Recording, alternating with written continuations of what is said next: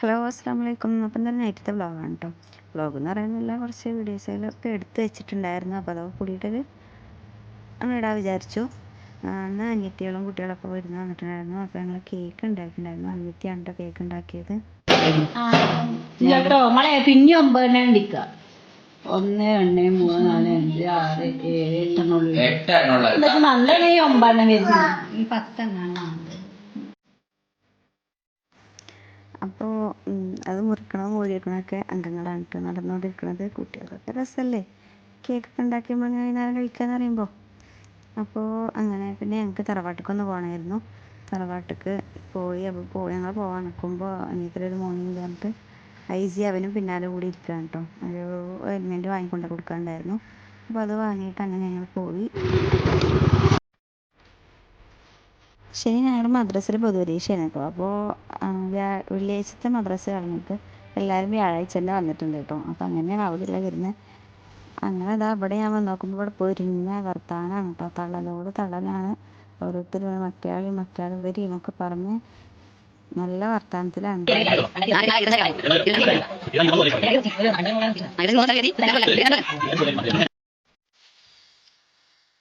അവരൊപ്പം വർത്താനത്തിന് കൂടിയിട്ട് ഞങ്ങൾ വന്നപ്പോൾ തന്നെ 10 മണിയായിരുന്നു കേട്ടോ. 10 മണിയായപ്പോൾ ഞങ്ങൾ വീട്ടിൽ വന്നപ്പോൾ ചിലരൊക്കെ കിടന്നില്ല അങ്ങനെയൊക്കെ ലെവലായിട്ട്. പിന്നെ പിറ്റേ ദിവസം രാവിലെ ചപ്പാത്തിക്ക് നോക്കുമ്പോഴാണ് പൊടിപ്പിച്ച പൊടികളൊന്നും പാക്ക് ആക്കി വെച്ചിട്ടുണ്ടായിരുന്നില്ല. അപ്പോൾ അതൊക്കെ ഒന്ന് ബോക്സുകളിലാക്കി വെച്ചു. എന്നിട്ട് പിന്നെ ചപ്പാത്തിയും കടലക്കറിയാണ് കേട്ടോ എന്നുള്ളത്.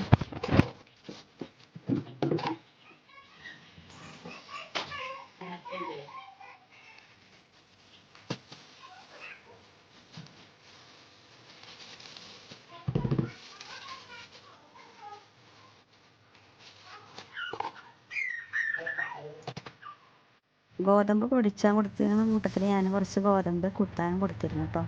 അപ്പോൾ അങ്ങനെ ഗോതമ്പ് ചോറൊക്കെ ഉണ്ടാക്കും. ചിലർക്ക് കറി ഉണ്ടാവും. പിന്നെ അതവിടെ കടലക്കറി കുക്കറിലായിട്ടുണ്ട്. ചപ്പാത്തി പണികൾ നടന്നുകൊണ്ടിരിക്കുകയാണ് കേട്ടോ.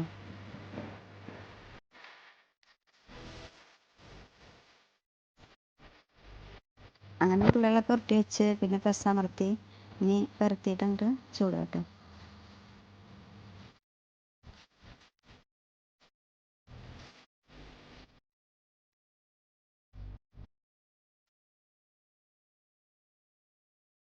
അങ്ങനെ ഒരാൾ ചുടാൻ നിന്നു. പിന്നെ ചായ ആയി. പിന്നെ ഞങ്ങളതൊക്കെ കുടിച്ചിട്ട് ഞങ്ങളെല്ലാവരും ഒന്ന് ഞങ്ങളുടെ വീട്ടിൽ പോവാണ്. അപ്പോൾ അങ്ങനെ എല്ലാവരും റെഡിയായി ഇറങ്ങി കേട്ടോ. പിന്നെ ഐസിനെ ഒന്ന് ഡോക്ടറെ കാട്ടണം. അപ്പോൾ അതിന് വേണ്ടിയിട്ട് ഞങ്ങൾ കടയിലെത്തിയപ്പോൾ വേഗം അവിടെ അടുത്ത് തന്നെ ഗവൺമെൻറ് ഹോസ്പിറ്റലുണ്ട് കോട്ടപ്പുറത്തുള്ള. അപ്പോൾ അവിടെ പോയി ഞാൻ ചീട്ടൊക്കെ എടുത്തിട്ടിരുന്നു. പിന്നെ അവനെയും കൊണ്ട് അവിടേക്ക് വന്ന് പിന്നെ അവനെ കാട്ടി അങ്ങനെ ഞങ്ങൾ പോന്നു കേട്ടോ.